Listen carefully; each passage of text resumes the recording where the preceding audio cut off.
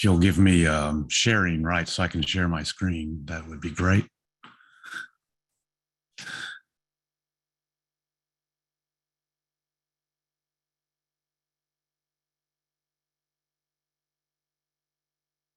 think that should do it. Okay, try. Yes, I can see. There.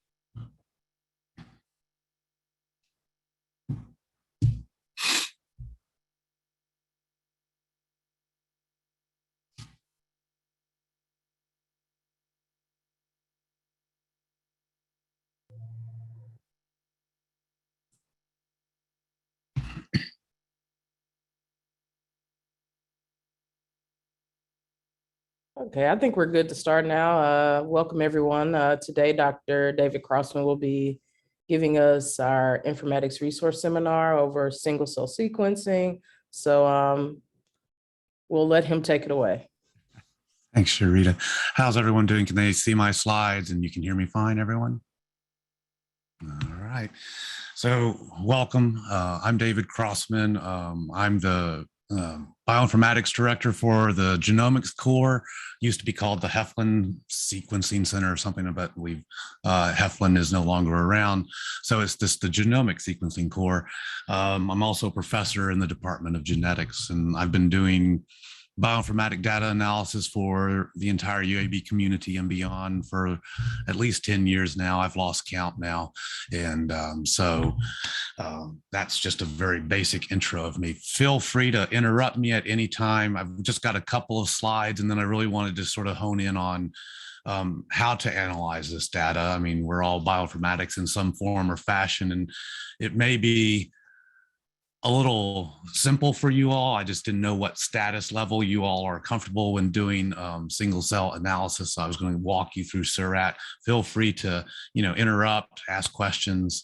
I'm comfortable with all of that. You throw a hand out or just start yelling across the Zoom waves, and I'll get a hold. You'll get a hold of me somehow. All right. So single cell has become the hottest topic out there since sliced bread was created. And to me, it reminds me of when bulk RNA sequencing came out about 10 years ago. And, it's like there's a brand new software to analyze that tool coming out almost every other day. It felt like it was every day 2 or 3 tools were being created or being published on saying, hey, you got to use this tool to analyze the single cell data. You got to use this one, use this one. And it was just, at the time, all you could do is just gene expression. So you were just looking at RNA, looking at levels of your genes going up or down, and 1 sample, 2 samples, 3 samples, what have you. And the cost was quite crazily high. It still is high. It's slowly coming down. But, at the end of the day, we're now at this point where not only do we have gene expression, but you can now do ATAC. So you're looking at the open chromatin regions. You can do immune profiling. So you're looking at the VDJs of the B cell receptor, the T cell receptor. If you don't care about every single gene out there, you can do a targeted type gene expression. So you might have a certain panel, maybe of the immune cell markers. So there's targeted type gene expression. And then just recently, they've started doing this multi-omics. And it's always been a thing when you do any type of these types of large omic profiles, you always want to sort of bring in other omics. So proteomics, transcriptomics, metabolomics, and how do you actually come in and incorporate all of these together? That's always has been the challenge, and I encourage you all to really think about the multi-omics. How do we bring all of these different types of data sets together and analyze them as a whole instead of just separately and then going, oh, there's something interesting here, and then I'll take that and like, oh, does it apply to this other omics? Oh yeah, I see it over there. So when they got into the multi-ohm, they brought in gene expression plus ATAC, and then came along spatial gene expression. So, a tissue on a piece of slide, and you can actually now see the actual morphology of that tissue and do single cells within that region. That's actually has been the coolest things since they've come out with this single cell world. It's been really neat. And then just as of recent, cut and tag has become super popular now, and it's becoming even more popular. I finally have my first data set that I'm looking at on cut and tag. Of course, there's a ton more different type of single cell technologies out there for doing copy number. You can even get down into, I mean, with the same thing with any type of next gen sequencing, you can get down to base pair resolution. Is that a question? Oh, I guess not. And of course, we had single cell, and now we can get to single nucleus. So you can now just, instead of popping open the cell and looking at the RNA there, you can actually isolate the RNA in the nucleus, a little bit more robust, a little bit more, you can correlate that with another sample that you've sequenced later on, a couple of weeks, a couple of months down the road, a little bit more robust there. But so there's single cell, there's single nuclei, and then there's a whole plethora. So it's almost becoming where what we did in the bulk world of RNA sequencing, whole genome, ATAC, ChIP-seq, all of that, you can now do that in single cell. And it, like I said, we're still in the wild, wild west of how to properly analyze this. We aren't at a turnkey solution yet where you could just put the data in and then out comes your results. There are still a lot of hand-holding steps, almost every step of the way through the data analysis to understand how best to analyze it. And I'll walk you through Surat. I'll try, and that seems to be the winner right now of tools of doing data analysis, but I'm familiar with a bunch of others. But we'll go through that, and we'll do that. And I'll see what you have questions about. So you can actually do all of this here on campus. Wanted to first stop and step back and say that there is a core here on campus that does single cell library preps. So if you go talk to Dr. Shanrun Liu, I have him on speed dial. He will help you get your cells, tissue, whatever it is that you're interested in looking at. He'll help you get it figured out of how to isolate them into single cell nuclei resolution and run them across one of the several platforms he has. They have in their facility, and if you go to their website, this is their website. It's one of the, I've never gone to their website till just yesterday when I was trying to find them. And this site is sort of very boring in my opinion. Excuse me if any of y'all are in the flow cytometry single cell core, but I mean, I'm sitting here looking through it going, oh, okay, this is nice. And I'm like, oh, single cell reserve. Well, I click reserve and it just takes me right back to the same page. Okay, so it's really getting over to the contact page. I think this is really the information that you're going to, well, no, I'm sorry, about us and the new users. You can see here is Dr. Shanrun Liu, who is phenomenal. He works very closely with you. He'll work very closely with the companies that make these kits and such, and try and get things to work, especially with like the neurons in the brain. Those are extremely difficult to isolate into single, and he's almost perfected it. So that's super cool. So this is a place where you can go. The platforms that they have is they started off with a Fluidigm C1 model. And this is their company. This is the company's website. This is the machine that would do it. The Fluidigm is quite an expensive path where you think of it as a 96 well plate. Each well will have one cell, and inside each of those wells, you are isolating out the RNA, and you're doing you're sequencing the entire transcript of the RNA. You're not just sequencing the 5' or the 3' end. You're actually sequencing the entire transcript. A lot of great benefits to that. That brings back memories of bulk RNA sequencing, where you're sequencing the entire mRNA. You can do isoform, analysis, things like that with this. Problem is that you can't really do thousands upon thousands of cells like the 10x platform that I'll talk about here in a minute. Here, you're sort of limited to maybe 96 cells, or hundreds, a couple of hundreds. You're not dealing with thousands of them, of cells, and you're still not going into that depth like we're comfortable with bulk RNA sequencing. So with bulk, we're doing 20, 30 million reads for the whole for the whole bulk sample. You can't really do that necessarily for each cell. That would be costly.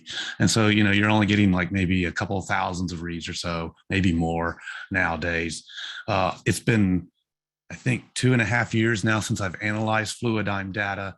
And the one thing with each of these companies' machines is like they all have their own special software, that you have to sort of bang your head against several times. So Fluidigm has some software I think it's called Singular, and the R is for R, the wonderful world of R that we all love and hate.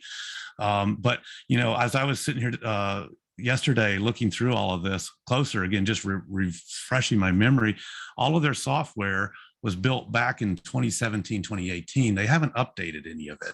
And so I went searching, and there are people who have created packages now that take the data and can process it. And thankfully they can, because that Singular package is extremely generic, caveman-like plots that, you could do better elsewhere in ggplot2. So, I've only done a couple of these analyses. We've moved out of Fluidigm. Fluidigm's a great way to come back and validate your results, because you can do some really deep, not deep sequence, but you can actually now see the entire transcript. So Fluidigm is their first model that they got in. Then came the 10x platform. And I'll not talk about that quite yet, because that's the most popular one. But let me talk about the other machine that they brought in, the BD Rhapsody. So let me see here. That's that. Here's BD. So BD Rhapsody is another type of single cell isolate that will isolate out cells. It is a targeted platform, to the best of my knowledge. So if you're looking at like the immune profile, or you're looking at the B cell receptor, the T cell receptor, other types of marker panels, this is the site to go to. I have only heard that machine's been used like a couple of times. I've actually analyzed one set of data for an immune profile set. Again, BD has its own cloud server where you have to upload the FASTQ files to, and it goes into a black box, and out comes all these weird matrix tables, and trying to analyze that data is a nightmare. But other people have since gotten a hold of all of this and have built other tools in R that allow you to do a little bit more manipulation. But again, this technology I have not really seen being used at UAB. If any of you have ever used the Fluidigm or the BD Rhapsody, I'd love to hear what y'all have done with it. Okay. And then they've had the 10X for a while, and 10X seems to be the winner of single cell isolation, and their products are quite vast, and they're constantly building more, but you can do single cell gene expression, the immune profiling, ATAC, spatial, and so tissue, even doing spatial multi-omics, where you're looking at gene expression plus protein expression on the outside of the cells. Super cool. That's just phenomenal to me how they can do it.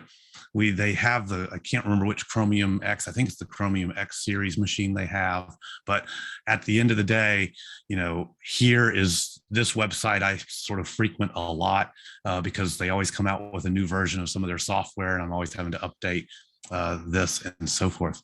But 10X is what Shanrun knows the most about, and definitely it can all be done here. Of course, you can ship your cells off to your collaborator or whomever company that might be doing single cell analyses or doing the isolation into library prep.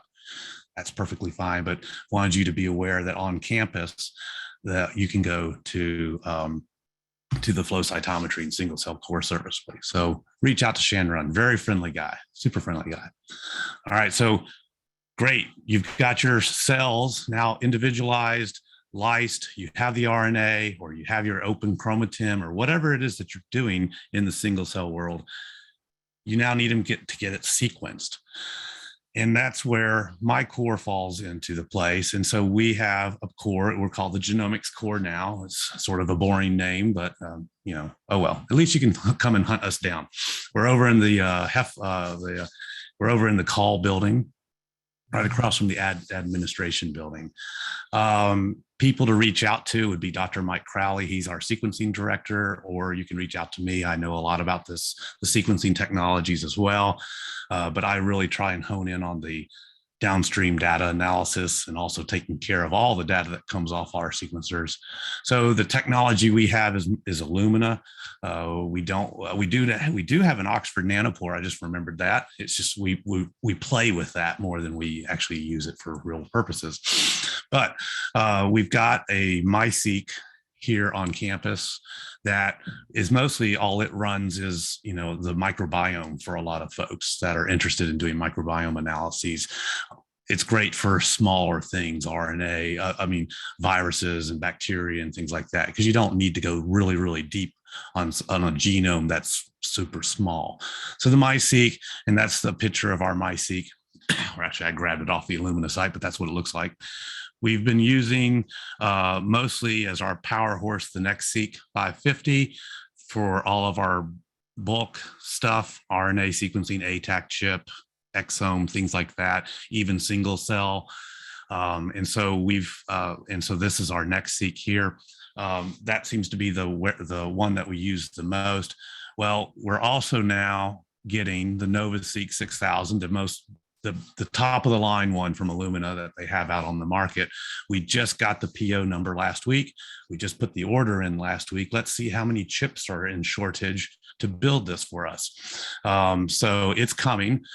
This NovaSeq will allow us to go even more deeper. It will allow us to finally be able to sequence the spatial transcriptomic stuff. So the tissue staining samples, we've always had to ship those off to other sequencing facilities, but now we can actually be able to do this in-house. It will also help us bring costs down, thankfully. And, you know, so that'll be nice. Now, of course, you don't have to use us. I mean, you know, it'd be great if everyone just stayed, you know, and UAB was like, let's just use everything UAB related, but I get it. There are companies out there that will offer you that crack cocaine drug deal type thing where they offer you at the very beginning, hey, here's some crack, maybe $100, and you get hooked.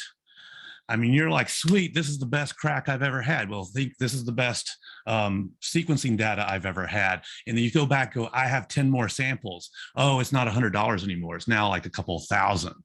And you're hooked and you're like, crap, I've got to use it. So you're in there. So, you know, we try and always, our prices are pretty much always constant. And so we're not going to offer you a phenomenal deal and then jack it up. We're always going to offer you the price that we can. And then we also make sure that we load the entire flow cell to its fullest. So, you know, you get more bang for your buck. So you might be sharing a flow cell with 4 other people, but just be aware, you know, we would love to have you work with us, but if you just, you know, if your PI isn't comfortable with that, so be it. And they've used some other facility, I won't get mad, especially if you ask me to analyze the data. I'll be like, hey, where'd that come from? But hopefully you all will be able to analyze the data as well. All right. So those are the 2 cores here on campus. So you can get your single cells isolated and get the RNA prepped and ready. You can come to us and we can sequence that, or Shanrun will ship that off to whomever you need to get that sequenced.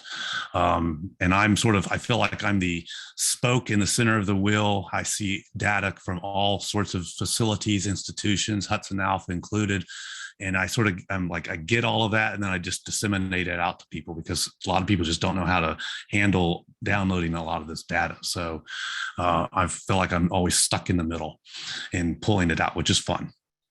All right, so that's the core. So didn't want to bore people to death with, all the special details, but if you've got questions, reach out to Mike Crowley or myself in the Jones core, or Shannon in the single cell core.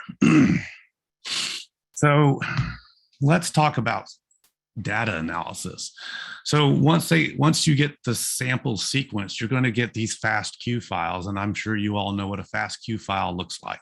If not, it's very similar to a FASTA file, but it's got sequence information plus the quality scores of how well the sequencer knew that base was an A, C, G, or a T. And out comes this FASTQ file, multi-gigabytes in size, and you're like, crap, what do I do with it? Well, luckily, everyone has free access to our compute resources here at Chiaha. And if you need more information about that, reach out to me. I'm happy to show you, but I'm sure you all know about Chiaha, the highest hill here in the state of Alabama. And you can actually go and use Chiaha. The resources are free. Our studio is already built into it. It's a headache. I spent the last week trying to get Surat installed back onto my RStudio version in Chiaha, and I finally got it done this morning. Finally got it to work. I was about to just use my RStudio on my computers because I've got big power horse computers in my lab that I use nonstop. So if Chiaha goes down, I can still keep analyzing data. I don't really necessarily need it as much, but Surat seems to be the winner at the moment for data analysis, for analyzing any type of single cell data out there, not necessarily the immune cells, the B cell receptors, the T cell receptors. There's other tools out there for that. But Surat, actually, I don't have a page up for that main site, but this is Surat's main page, if no one's familiar with it. If you Googled Surat a couple of months ago, you would always get the painting of Surat. And now I think it's now becoming higher up in the Google search. People are searching for the single cell software called Surat. Now there's other ones out there. ScanP is a great other single cell package. It's built in Python and somewhat of R. I've got groups that use that. And so nothing wrong. And so I'll pause here for a second. I'll just say it doesn't necessarily matter what software tool you use, as long as you go back and validate it back at the lab bench. So make sure that these algorithms that are just of zeros and ones that don't know anything about biology are giving you the answers that are true to what is biologically going on in your cell, tissue, what have you. I'm an immunologist by training. That's where my PhD came in. And so I'm big into cell signaling and such like that. And I self-taught myself bioinformatics because there was no such thing. No, I'm not an old 70-year-old guy that bioinformatics didn't exist. It's just I self-taught everything because I kept getting into bigger and bigger data sets as I moved through my PhD, my postdocs, and other positions that I was in. And so this has all been taught to myself. I'm jealous that you all have a bioinformatics type informatics program here. I'd love to sit in a lot of your classes to learn, but anyway, enough about myself. Let's get back to Surat. Surat here is the winner of a lot of analysis. If you look at papers that are being published, Surat seems to always be the one that people look at. It will take in those matrix tables. And so you sort of have a step prior to Surat that you have to take those sequencing FASTQ files and make these matrix tables that Surat or ScanP or some other software tool that needs it can take it. And so if we're talking about 10x data, 10x has its own software called Cell Ranger. And Cell Ranger will take those FASTQ files, align them to the genome of whatever species you have, mouse, rat, zebrafish, whatever, tree shrew. I study the tree shrew with folks. And will create these matrix tables. Just think of it as like a gigantic Excel spreadsheet where every row is a gene and every column is a cell. And then it just gives you the counts. How many times was this gene seen in that cell, and and so forth. And it's actually a sparse matrix, so there's not all zeros aren't there, so it's missing. So because otherwise the data set would be huge. So you're using some piece of package, like I mentioned, like with the Fluidigm, they have their own software to create their matrix tables. BD Rhapsody has their own software to make their matrix tables.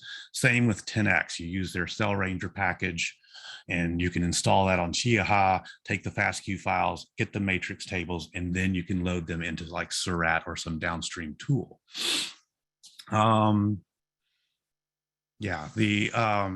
There are some newer, not necessarily newer tools, but if you're familiar with bulk RNA sequencing, Cell Ranger from 10X is using the STAR package to do the alignment. And STAR is super famous for bulk RNA sequence alignment. It takes the FASTQ, lines to the genome, you get a BAM file.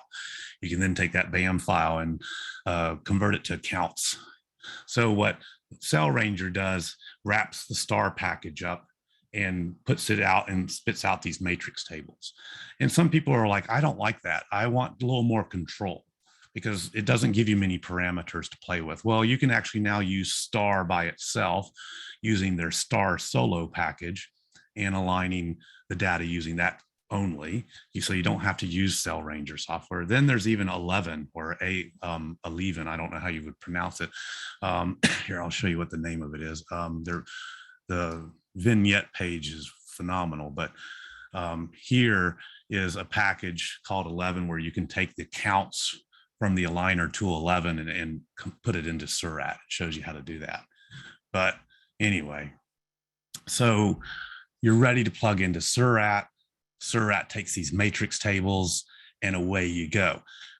The beautiful thing is they have tons of vignettes, tons of different resources on how to do any type of these analyses I've talked to, except for immune profiling. They're not specialists in the T cell receptor, B cell receptor.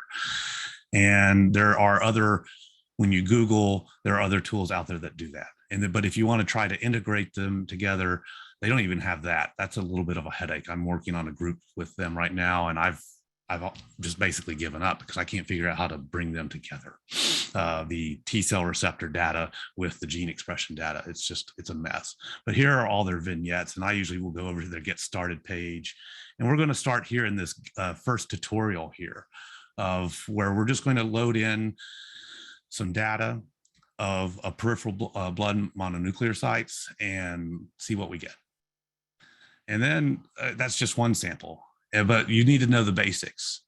If you already know the basics, you feel free to fall asleep, and I'll wake you up in about 10, 20 minutes when we're done with this tutorial, and we'll go into a little bit more in depth. But what we really are interested in is integrating multiple samples, because we're all not sequencing just one sample. We're sequencing a control with some sort of time point or a knockout. And we want to compare what's different here between my knockout and my control, or my different time points versus my control, or something like that. And that introduction here to the integration will show you how to merge the data sets together and then start doing the comparisons. One thing that none of these tools have is ways to handle biological replicates. Bulk RNA sequencing, I always say, give me at least 3 samples, please, but do run a power calculation to figure out how many samples you really need to be 100% sure this is what's going on. So I encourage you to run replicates here. It's just that these tools here don't do anything special with biological replicates. At the end of the day, they're just all merging them as one whole and treating that as one big statistic, not 3 different ones. So a little bit challenging, but we make it work. All right. So I'm going to come over here to this guided tutorial here, and we'll start here. If anyone wants to do this down the road, you're more than welcome to. And their data here for that is found right here in this link. So if you click on it, it'll download a gzip file that contains these matrix tables. And then you just load that table in with some of these commands down here. So I'm going to bounce back and forth here. I've got RStudio up in Chiaha on the RC resource. That way everything is in one page. I don't have to switch between screens. I've already set up, I have that sample, that matrix that I downloaded the other day. I have it in my user directory on Chiaha, and I have a folder called Surat, and that's where it's at. And so what you're downloading is this gzip file, but inside you have this filtered gene matrix table. So this is what we're going to be crunching the data on. So let me bring this a little closer so I'm not flipping between the things. And so the very first step is let's get that data loaded into Surat. And at that step is you're going to use the read 10x function. If you don't have 10x data, there's another read function inside Surat that lets you read in other matrix tables. So if you're sitting here going, well, I don't have 10x data, well, you can go and look at Surat's manual, and they have other abilities to read in other tables of data. It doesn't have to be 10x, but this is 10x. It seems to be the breadwinner, and they build all their stuff around it. So we will load that data in, and then you need to create a Surat object, just like a data table of some sort. And so you're using this create Surat object, and you're bringing in that data you just called in here from the read 10x, giving it some sort of project name, and you're just going on and doing a very basic filter step. You don't necessarily need this filter step, but it's encouraged. You want to have at least 3 cells with at least you want 3 cells to have at least 200 genes that are expressed. That's a good starting point. Some of these numbers here can be manipulated, and you'll see as we go through this, there's steps where you could just start going crazy and going, well, I need to now check this parameter, I need to check this parameter. That's why it's not turnkey yet. So let me go in and set up my data set, and I'm going to first type it in. But I want to oops, I haven't even done my library loads. It will start complaining right off the bat. I get too excited sometimes when I'm typing in R. And I don't know about you, but I'll be dead honest. I hate R with a passion. It's a love-hate relationship with me. And so hopefully, if you're a master at R, awesome. I will bug you till the day you leave to find out how you've got that to work. Okay, so let's load in the data. PBMC data. So I'm going to read 10x. See, I need the filtered. Oops. All right, so that's just going to read in. We now have this table that's loaded in with the different gene symbols, and then the barcodes for each cell, and then the actual number of times that gene was seen for each of those barcodes. So very simplistic table, nothing too special. And so once you've got that read in, I'm just going to copy that because the path was different. I could have just copied the whole thing. There we go. And so now I'm just created the Surat object here. And this breaks it down into a whole bunch of variables, a whole bunch of new like tables within tables that you can go in and search for.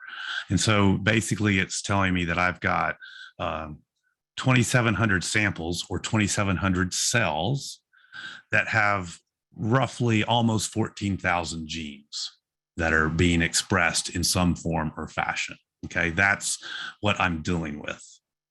Okay, and that's not a bad start for using a Surat tool. This vignette is super helpful. I mean, what does the matrix table look like? You can definitely go and look at it. You can actually type out these commands and see how that plays out. But okay, now you've got your raw data in. you've done just one minor filter step where you're needing 3 cells to have at least, you want at least 3 cells to have 200 of the genes expressed in this command up here. But now it's time to do some quality control. Quality control is super important in every single step, not even single cell, but bulk. So you go crazy. If you don't do quality control, what I tell people is it's crap in equals crap out. So definitely do QC. You want to clean up your data as best as possible. And so one of the things that people do with QC is they're looking at mitochondrial contamination. And a lot of times you might have a lot of mitochondria genes being expressed, and that's typically low quality cells or cells that are dying. And you want to get rid of them. You don't want to report those back. And so running this very simple command here where you're looking, just getting a percentage of any gene that starts with MT, capital MT. This is a human data set. So mitochondria gene symbols have a capital M and a capital T. If you're doing mouse work, I think it's a capital M lowercase t. If you're doing pig or primate, it's just lowercase m and lowercase t. You've got to know what the gene symbol is for mitochondria. So here I'm just going to quickly tell it to calculate the mitochondrial percentage for each cell. And you can go in and look to see where are these metrics located at. And so it's under the metadata section. And if you were to do that, you can then see I have a column, new column that's for percent mitochondria. Well, that's great. We now know that. We also want to quickly visualize the QC metrics in order to do some sort of filtering step. We want to get rid of these cells that are dying. We want to get rid of cells that might be doublets. So you might have in the single cell world, when you're isolating out single cells, you might have had 2 cells get captured in an oil droplet and get lysed. And now you've got lots of genes being expressed. You got to get rid of those, got to get rid of cells that have nothing. And so what you are going to do is create these violin plots on the number of features, which are your genes that are expressed, the N count, which is the number of cells that are there, and then the percent mitochondria. So if we just were to copy that and paste that, I should get a plot here that would look similar to the other plot. And so this is a plot that you sit here and stare at for a little bit and try and decide, where do you want to cut off? What cells do you not want to keep? What cells do you want to keep? And so 9 times out of 10, these two should correlate fairly close to one another. I've seen it where it's been opposite, but it's close. And so what I'm looking for is, some of these cells up here, these dots are cells that are genes. Those are probably high contaminant, high amount of doublets, maybe 2 cells in 1 oil droplet. This is probably noise. There needs to be a lower cutoff too, and it's hard to see. You have to then zoom in and create individual plots and look in at the lower, but I usually always just use their default cutoff of anything below 200, throw it away. But I'm always staring slightly above the violin hump. Where do I want to sort of end my cutoff? And this is your preference. This is not, necessarily mine. There's no set, line here that you have to pick. The other thing you want to look at is mitochondrial contamination. Remember, the higher the percentage, the more likely you're getting dead cells or just inflamed, pissed off cells that are just, really mad. So you need to get rid of those. And so looking at this marker here, and I'll use what they suggest. I would have probably picked something a little differently. There's other ways of plotting out the data using their feature scatter function, calling in the SURAT object, and then using whatever feature that you have up here, and then you can create your plots. But what they're doing to clean up the data is they're using the subset feature of SURAT. And they're saying, I want to look at this N feature, which is the number of genes. So I want to keep everything between 200 and 2,500. And so if you look here, you're basically coming in and cutting off somewhere wherever 200 is here. It might be right here. So you're going to remove everything below that, get rid of it, And then they said they want to keep everything below 2,500. So they're using sort of this cutoff here. I typically, for my looking at this data set, I would have picked 2,000. But again, that's just maybe 2 or 3 cells, nothing big. But again, you know, woohoo. This is sort of the little nitpickiness here that we get at. They also say throw out all the mitochondria that have, or no, keep it when it's below 5%. So here they're saying anything below 5% is good. And so I'd believe that. I'd stick around there. And so anything above it, all these little dots up here are cells, would be tossed out of the analysis. And so that's what they do. If I come back here and run that, and then if I come back here and let's just rerun the violin plot, you'll now see that the plots change because I've now cleaned up the data. And this is a good time to sort of review it again. QC it one more time, just create the plots. This is now after I subset the data. Does that look okay? That's fine. You know, I still would probably be somewhere here around the 2,000, maybe now a little bit lower, but that's user preference. Nothing necessarily wrong if you chose what they chose. Percent mitochondria, that looks fine. Okay. So your data is cleaned up, or at least you've gotten rid of, it's not clean, but you've gotten rid of the contaminants, the dying cells, the doublets, cells that have nothing in them. Now you're ready to normalize the data. And so you can just use their normalize feature. They have 2 different ways of normalizing. And the main one that a lot of people use is log normalize right here. And you're just scaling by a factor of 10,000. That's their default number.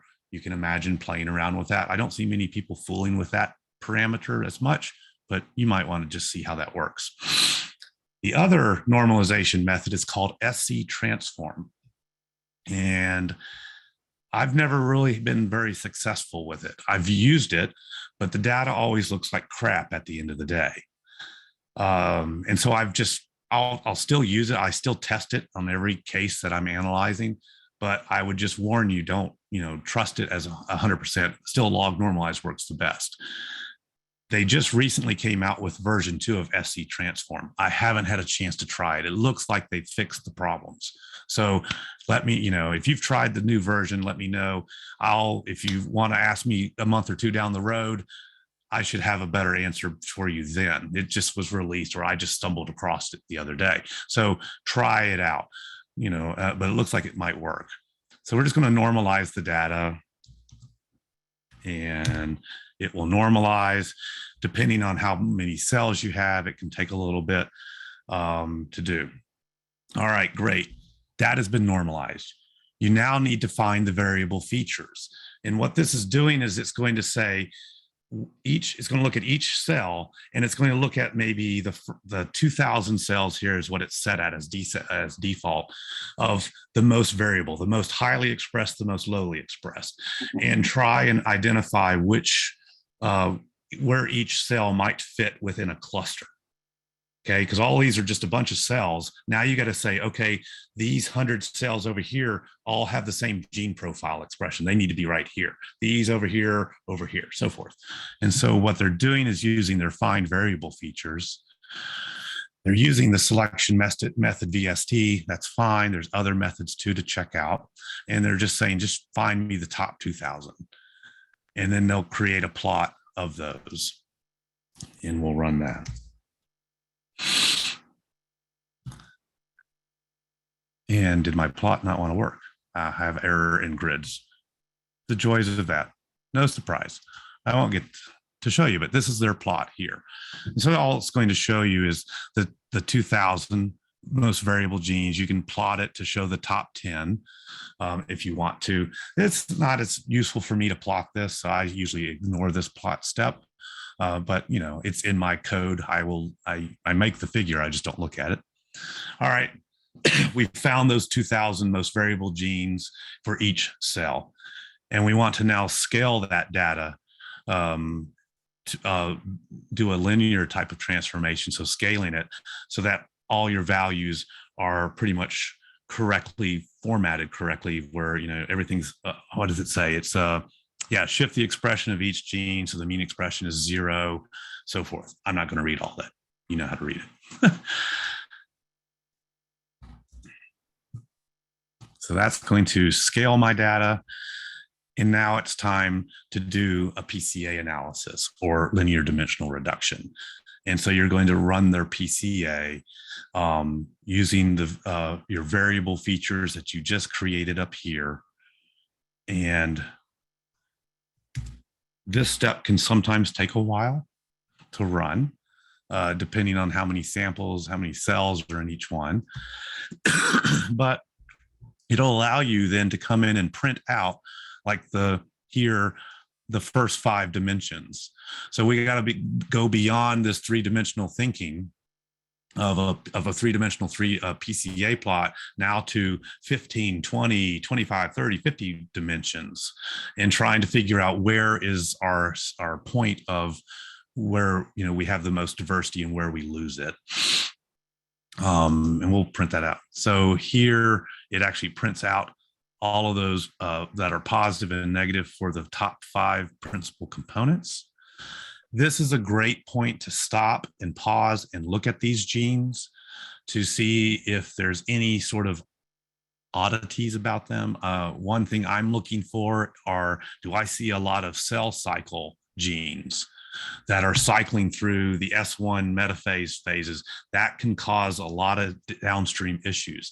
And so if you see those type of genes popping up in these principal components, then it's a time to stop, go back over to the Surat's webpage, and they have a cell cycle regression step tutorial where it will teach you how to clean up the cell cycle data. Okay. And that does a wonderful job. Other people have been looking at certain genes can get pissed off when they're getting isolated, and they can get inflamed, and you might have certain markers for the pissed off genes, you know, and if you see a really high level of those, you might want to clean those up too. All right. So this is a point as a pause, is once you get these PCA genes created, is to stop and look and see if there's anything unique about them. You can plot out the data here as well of these first 2 dimensions, but you can go out as far as you want. You can plot out all 5, 10, 15, whatever dimensions, and see the data visually. Another way people like to look at is these heat map plots. And so using their DIM heat map piece of tools inside Surat, you can come in and they're going to look at the first 15 dimensions. They're just going to look at 500 of the top cells. And you can start to see that there's less diversity as you go down in the PCs. You don't see this nice, clean, crisp differences here. And it just starts to get as a big, you know, purpley or yellowish mess of nothing. And this just is a step where you've got to determine which dimension do I want to cut off. And people will run this jackstraw feature to determine this dimensionality. This step is super long, so especially with a lot of data. So let me just go in and get it loaded and running. But what you're looking for is a way to look at the p-values here and figure out where do I need to cut off my dimensions based off of my PCA plots here. This is one way to view it. The heat maps are another way to view it. So several ways to play with it. They're sitting here, once they get it done, they'll run the plotting feature of that. And you'll see that out of those 15 dimensions that we ran earlier, that they're thinking, oh, around 10 to 12 is where they're going to use the cutoff. Usually you're looking for something that's drastic. This is too drastic. I'd keep coming down. Something that the previous one's not going to change that much in your dimensions. This is a step too of where you're like, well, I might have chosen something here. You might have said, well, I believe right after this lighter blue line going to purple is where I would cut it off. Or people will be like, well, heck, all of these are still significant. If I look at the p-values, they're all still below like 0.05 or whatever cutoff you want to choose. I'm just going to use them all. So this is a step where you might want to create different Surat objects for different dimensions. and just run a couple of steps down to create your UMAP plots to get a feel for what's going on. And see, it's still running. So I might not get through this one. Another way of viewing it is just running elbow plot. Nothing too special with that. I'll run them both. I stare at this one the most. This one, they usually say where the elbow ends and it becomes more of the arm is usually your cutoff spot. And these are hard to see, and in my opinion, with the elbow plot. I don't see the 10, 12 that they believe in. So they're going to choose 10, but they're thinking anywhere between 7 to 12 is a great cutoff in this example data set. Your data set may be different.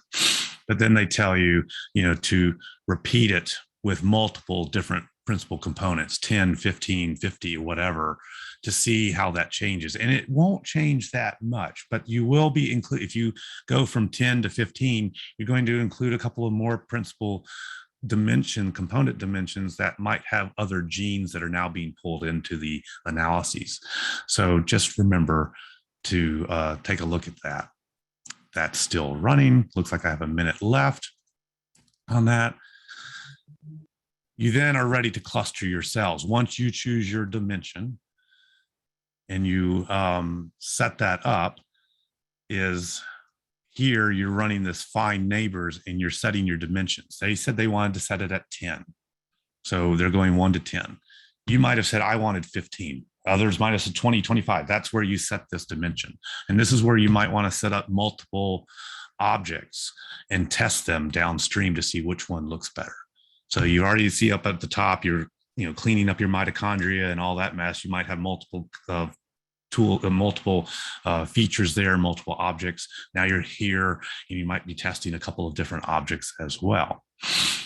Come on, RStudio. Act nice. Getting close. Any questions while we patiently wait on that?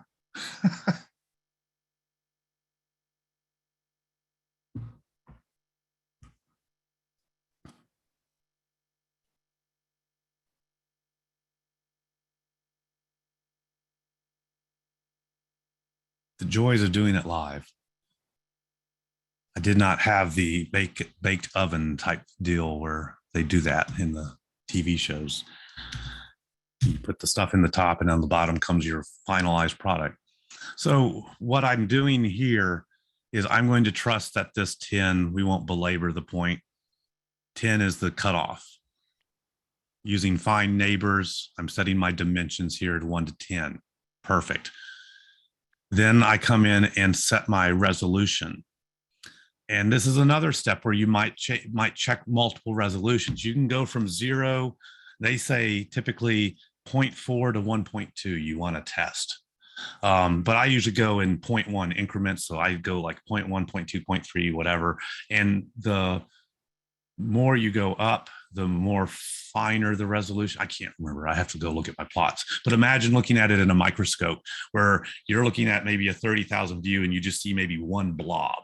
You start to zoom in and now you're starting to see maybe 2 or 3 unique things. You zoom in further, now you're seeing 7 to 10 new things. Think of these as clusters of cells. These are the different cell types that we've got to find. So that's this resolution step. And you can definitely run just to look inside how many clusters are found. But we're going to run the UMAP because we want to be able to view this data. Tisney was the original way, not Disney, but Tisney, and then UMAP. And now there's a lot of people arguing that this is a piece of junk too. So, like I said, we're in the Wild West. What are the advantages or disadvantages by running downstream analyses with and without reducing dimensions? That's a good question. I'm typically, what I'll do is I will set up at least one dimension that I think is somewhere in the middle of that looks to be what they recommend. And then the other is I just run the whole gamut at it. And I don't see that much of a difference. I might now be including a couple of unique clusters that would not be there if I hadn't done PCA, dimensionality reduction Hopefully that makes sense. You're almost like you're threading a fine, just a piece of thread, and if you're trying to slice it into more and more little parts and you can barely cut it anymore, getting out beyond a certain point, it just doesn't matter. But I usually choose one sort of where I believe the cutoff should be at, and then I drop in and then usually use them all, because so far a lot of my dimensions, even out to 50, are still super significant. And then you can run your UMAP, and out come your clusters. So each of these different colors is a different cell type cluster. And this is a step where you roll up your sleeves and you want to find out, well, what genes are in each of my cluster? And you use this find markers tool. And you tell it whichever cluster identification number. So they're looking at cluster 2, but you might want to be interested in cluster 0, percent threshold, and so forth. And out spits these tables of the genes that are conserved in each of those clusters. So this cluster here might be your T cells. This cluster here might be B cells. This one might be your macrophages. You have to go in and roll up your sleeves and look at those gene profiles to see which one is which. There are some tools out there that will try and tell you, hey, those are your T cells, those are your B cells, so forth. I've gotten 50% successful with those. So most of the times I'm rolling up my sleeves, looking through that data and saying, this is a T cell, B cell, so forth. Okay. And then once you know what they are, you can come down here further. Where is it at? And assign your cell types. So you say, hey, cluster 0 is really my T cells. Cluster 1 is my monocytes, memory C, so forth. And you can come in and set them up to be now labeled. Instead of 0, 1, 2, 3, 4, you can now label them with your names of your cell types. And out when you create the plot, you now have them labeled. Okay. Makes life a lot easier. You can run differential expression. Now that's just one cell. This is just one sample. If we look at their integration step, and I know I've got just a couple minutes left, everything is pretty much the same. This is where you're wanting to compare your knockout to your control or your time to something, okay?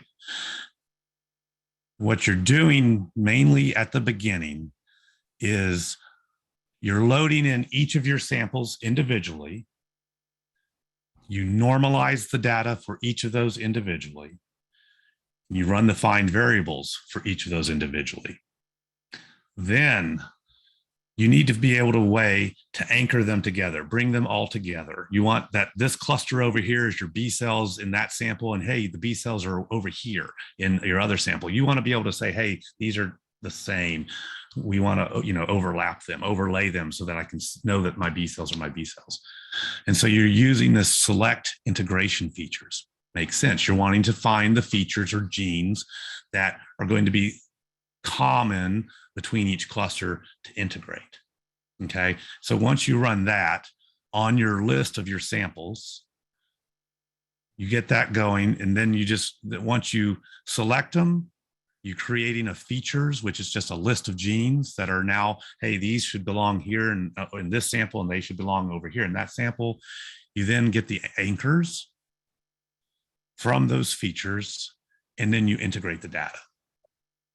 Okay. And then you just go back to scaling the data, which I just walked through, running the PCA to look at dimensional reduction, running the UMAP, which we just did, finding your neighbors and your clusters, and then you can create your plots. And now you see that, hey, I have a control sample, I have a stimulated, they're overlapping really nicely. These are my clusters now. I can come in and split them so I can see if there's any differences. Maybe one particular cluster is less in one sample than the other. I don't really see that in this example, but I see that in real projects that I'm working on where, hey, the B cells are not as robust in this sample, but they are over here.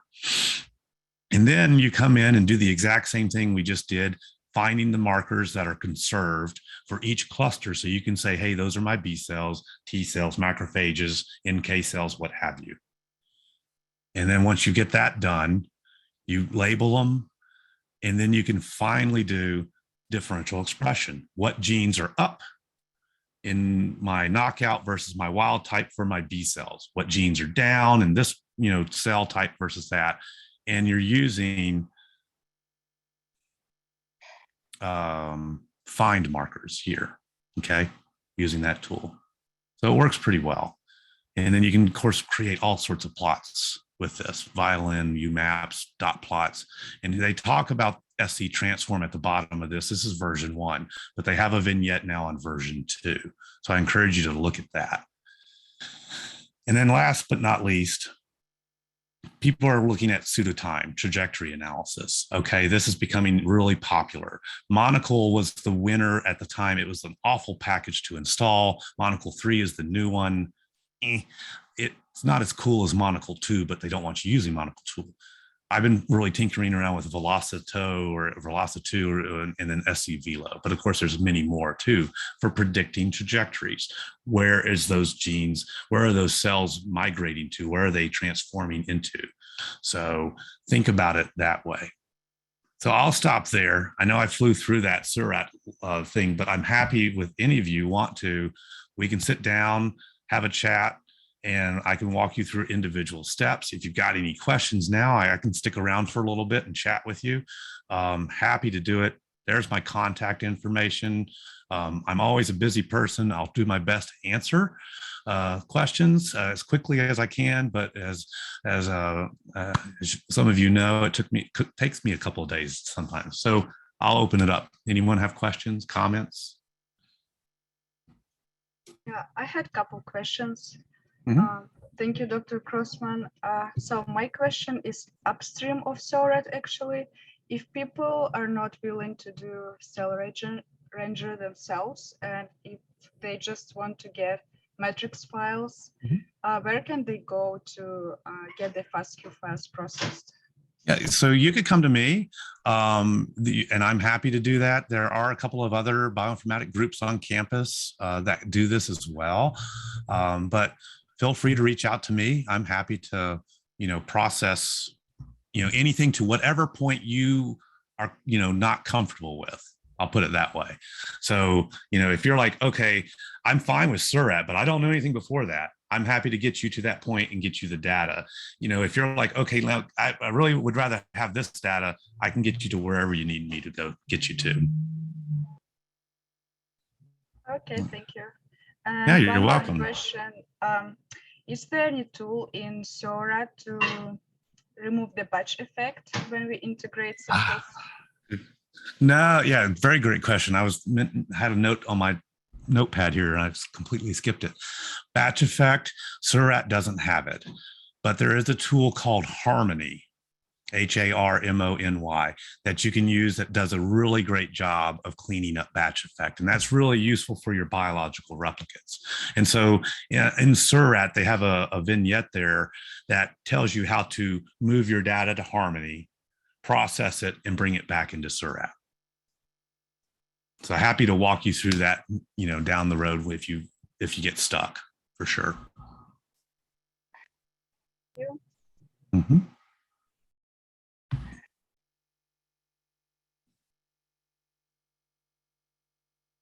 If you don't have more questions, I think we're good to finish. Thank you again, Dr. Crossman. It was very informative and helpful. Yeah, anytime. Just feel free to holler at me and I'm happy to help out in any way. Best of luck to all of you. All right.